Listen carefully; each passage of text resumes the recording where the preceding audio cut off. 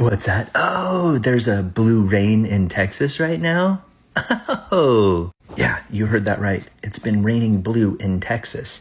Now, some people think it's just a random phenomenon and that it'll pass, but some people have reported some pretty strange things with it. One in particular was a fisherman. He was out on his boat. The rain came down. He gathered some of the rain because he liked to drink some of the rainwater.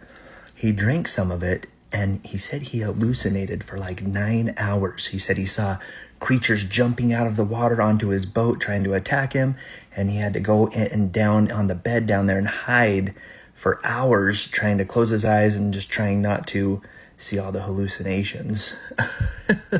Some did report getting super itchy skin from it, but not really like a rash or anything. So I'm not sure what level we're at in this world right now, but let's not get attacked by the rain, okay? That'd be great. Okay. Are we living in a video game right now? Call of Duty Black Ops 2, to be precise.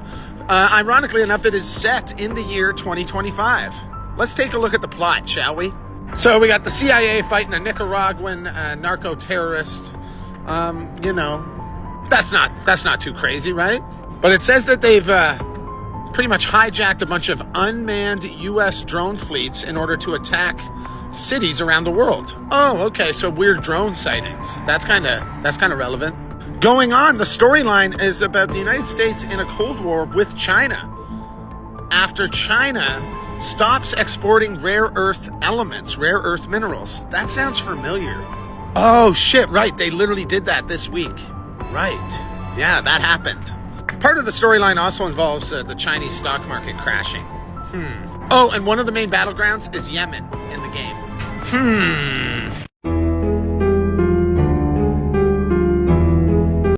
Wouldn't it be crazy if you're a victim of one of the biggest scams in human history?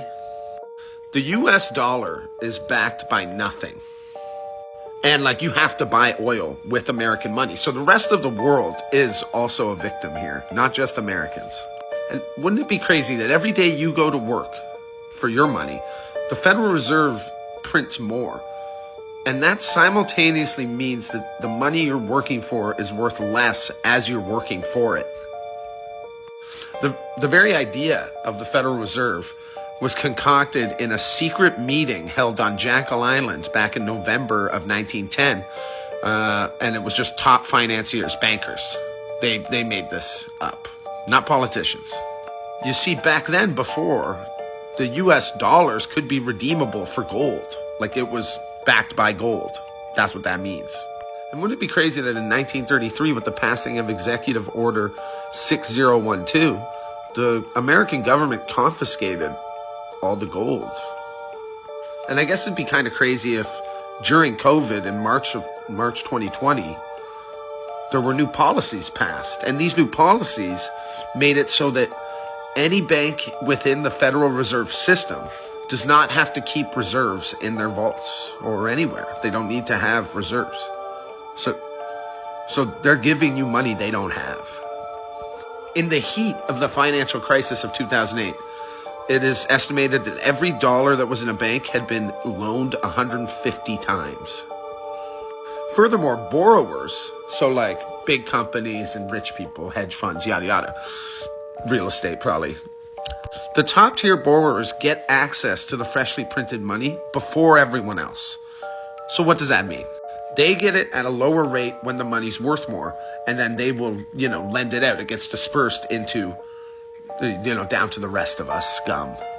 But that effectively means that by the time you get around to paying these people back, you're paying them back with money that's literally worth less value than it was when you got it. Nothing's changed, just your money is now worth less because of inflation. So it's actually not that crazy for me to sit here and tell you money's not real, but we all need it.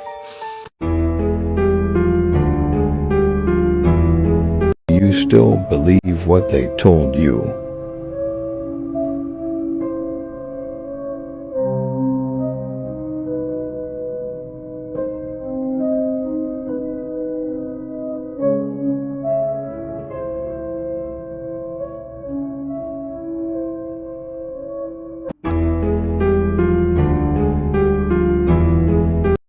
because it's not breaking. A former Bush official has stated that a $21 million underground city was built in case of an extinction level event, per the New York Post. What in the I mean, this isn't surprising, okay? There's been rumors about something in Colorado. I'm not a conspiracy theorist. This isn't surprising and very believable. If you have felt like your life has been a living, waking dream and you're having a hard time discerning your emotional body from what's actually happening in your waking day and your dream reality, well, it's not just you. And we can look to the Schumann resonance for validation of this. Now, as I've talked about in other videos, the Schumann resonance is not doing this to you.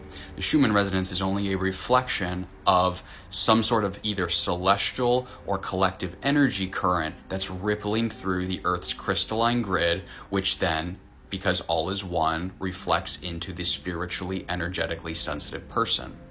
So what we're looking at here is we're actually looking at these deep white spikes followed by a subsequent blackout period over here.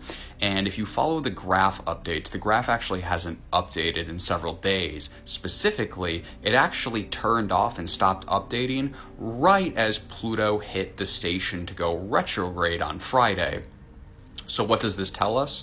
Well, this tells us that the quantum timelines of our reality are being called into question. They are soft, they're malleable, because retrogrades are all about periods of reevaluation and review. So you're probably feeling this as fatigue or aches in your detox organs, such as your spleen, your liver, your kidneys, as your body repairs and removes anything that's not in alignment with the transformative and cathartic effects that Pluto is bringing into your spiritual body, which then reflects into the human physical body. And we're going to look at the astrological chart right now to discuss how Pluto's affecting you and how this actually has to do more with astrology rather than it just being a strange energetic blip on the radar. So we're going to look down here at Pluto, which is at 3 degrees and 49 minutes, sitting in Aquarius, right at the beginning of this sign. And so what is going to happen is Pluto stationed retrograde on Friday, and the retrograde is a motion where the planet, seemingly according to our perception, slows down to a complete stop before it starts moving in a backwards direction. And so Pluto is actually going to be in retrograde from now until November of this year. But Pluto is going to trace back all the way to 1 degree Aquarius.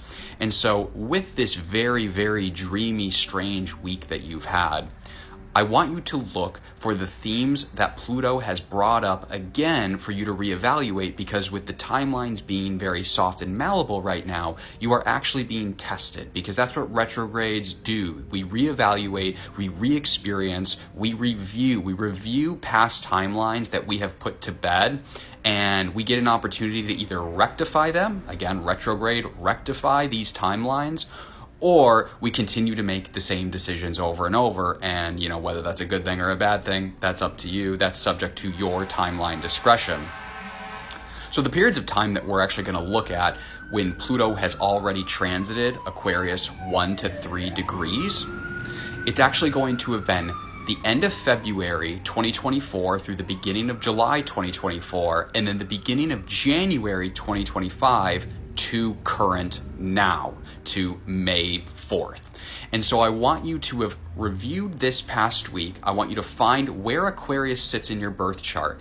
And I want you to look for the themes that Pluto has been bringing up for you to reevaluate and review over this next retrogradation period, because whatever Pluto brought up the first 2 roundabouts through Aquarius 1 to 3 degrees is actually going to come back for review, and you are going to get an opportunity to either advance yourself on the spiritual evolutionary chart, or you're going to continue to make the same mistakes, and Pluto will continue as it moves through Aquarius to bring these up and manifest these in different ways that force you to deal with it, again, whether you want to or not, because Pluto is all about catharsis, transformation, and alchemy. If you want to learn more about how energy works, how astrology interacts with energy, the occult, mysticism, divination, or you're just looking for a spiritual community to support you through your alchemy and transformation, I encourage you to check out the link in my bio. I have recently completely overhauled my Patreon and my Discord community.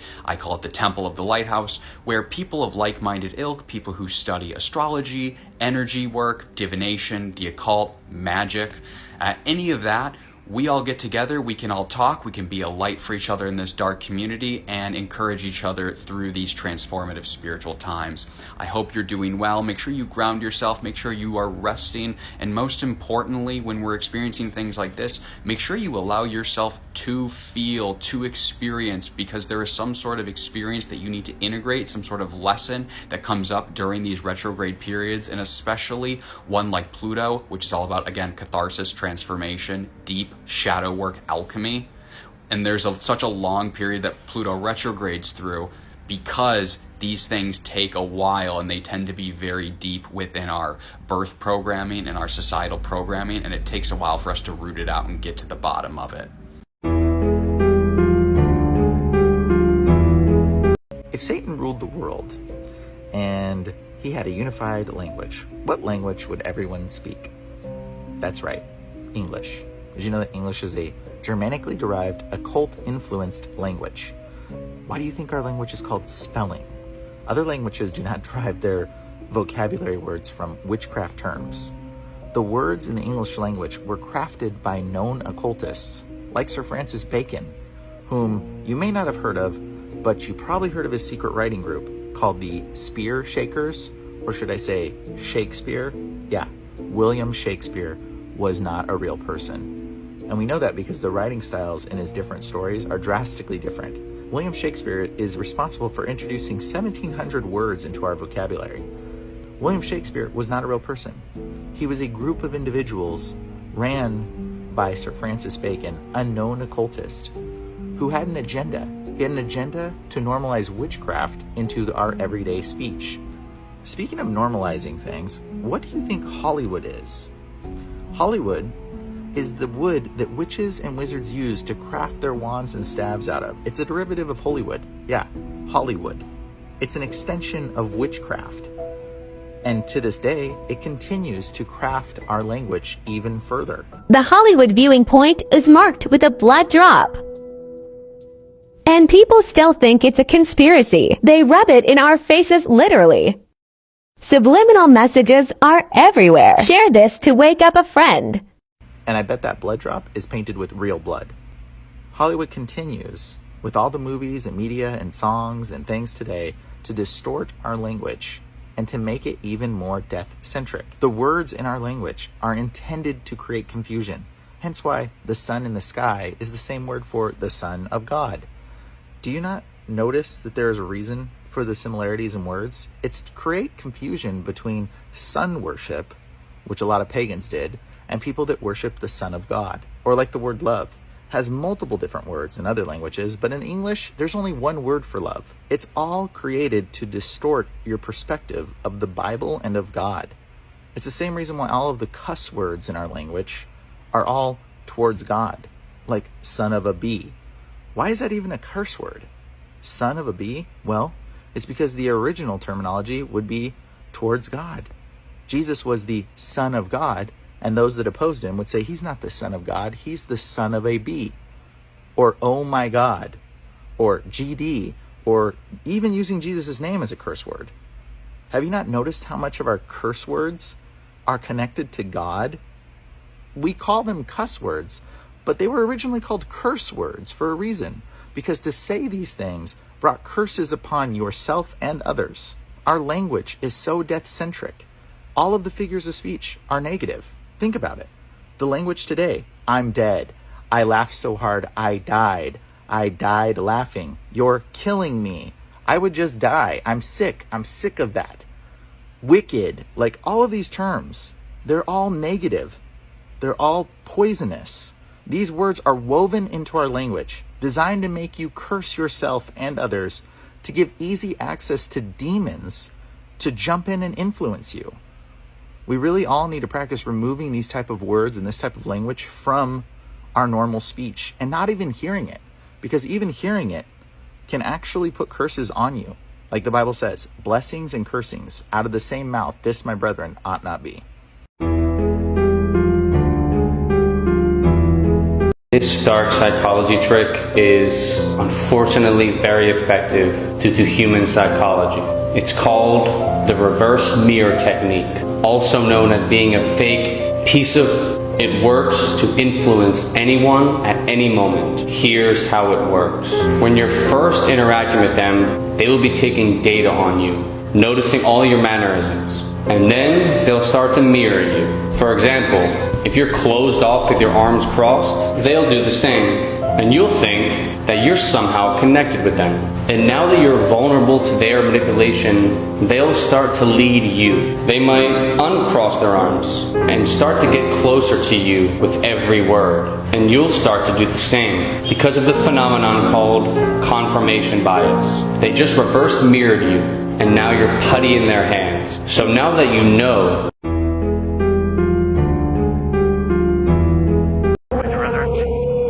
May 5th, 2025.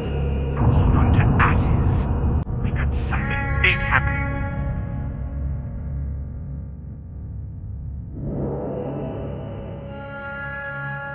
It's a whirlwind.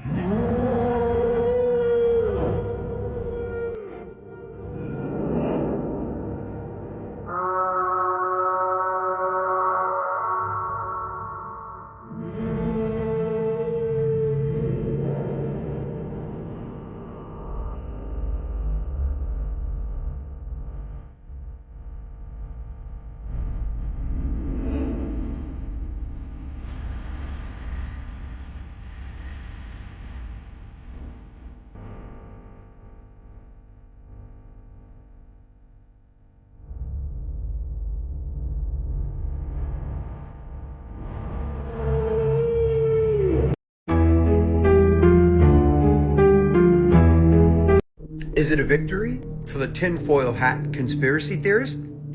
Or just a distraction because the P. Diddy trial began today in Manhattan? A former Bush official came out today and said that they spent over $21 trillion to build underground cities and military bases in case of an extinction event. This underground city/military facility, along with transportation, was meant for the rich and elite to stay in the event of an extinction event. She appeared on the Tucker Carlson podcast and explained where the money went. Take a listen to this. But there is a history of near extinction events. And one of the things that I've looked at, because I'm trying to figure out, between fiscal 1998 and fiscal 2015, there were 21 trillion of undocumentable adjustments in the U.S. government. If you go to our website, missingmoney.solera.com, we have years and years of documentation, including the government financials that show this. So my question is, all these cities that were allegedly built all over the United States underground, complete with transportation systems, no one came forward, no one dropped the dime. I know you could sign these NDAs, non-disclosure forms where you have to keep your mouth shut on certain projects, but somebody had to tell somebody, and somebody had to slip up somewhere. It shouldn't have took this long for this to come out and this to get exposed. Like I said, the timing is kind of eerie with the Sean Diddy Combs case happening in New York City right now, that trial beginning. Is this a distraction or a victory, once again, for the tinfoiled hat conspirators? Let me know your thoughts in the comments, and as always, I'd love to hear from you. Guatemala is on a different level entirely. This is El Mirador. Don't think I butchered that one. The city was lost, and when they found it, they discovered it has the biggest pyramid by volume in the world. 43-acre footprint connecting a 6-mile metropolitan area. They are not only larger, they are 300 years older than the ancient Roman road system. The Great Pyramid is 92 million cubic feet in volume. The main pyramid, Lodonta, is 99 million cubic feet in volume. couple years ago, they flew a plane over Guatemala and laser scanned a lot of it, finding 1,000 new ancient sites. The ancient population estimates increased tenfold. That's not the weirdest part. This site is astronomically aligned to the Pleiades. Tikal, also in Guatemala, is also aligned.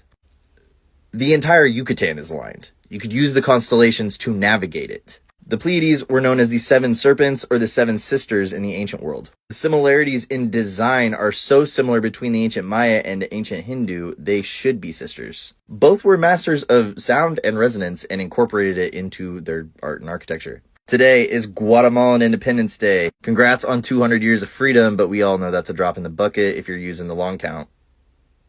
Have fun tonight. Be safe. I'm in Texas. I'm literally about to go party with y'all. You still got a lot of friends here in the States. This is your reminder that there are secret underground cities all around you. Do you Watch remember this. this TikToker who suddenly died after claiming that he discovered a giant on top of a hill? Just months after his mysterious death, another man went viral for claiming that he saw a giant entering a massive secret door in the mountain. Right up there. That thing was open. It opened completely. Secret up, doors and then all it closed over, back yo. up. And he described it just like the recent video of an alleged giant sighting. The difference is that the giant door has a peephole in it. And there's a little slot in it right up there. You can see that little slot where it looked like somebody was staring out of. Dude, giants are freaking real. I don't care what anybody says. This video instantly went super viral. Immediately, fans requested that he go back and investigate further, and he immediately did. We're going to get up there. We're going to get what we need to get done. He also noticed suspicious marks on the way to the alleged giant door. The spot in the mountain right here, as it goes up, that's really worn different from the rest of the hillside. It looks like drag marks, like something's dragging something up there, like continuously dragging something, like pulling something up the hillside. But his next video started to scare his fans. He realized that he's being followed just like Andrew Dawson. We just been staying Government kind of low agents, key. yo. When I wake up in the morning and I'm going, this is what I run into. It's down the road. And then sometimes it's up the other side of the road. And sometimes it just follows me around town. And there's a white truck that does the same thing. He's not faking it because he even caught these white trucks on camera. The government is hiding so much right beneath our feet, y'all. As always, let me know what you think in the comments. Thanks for watching. Stay weird.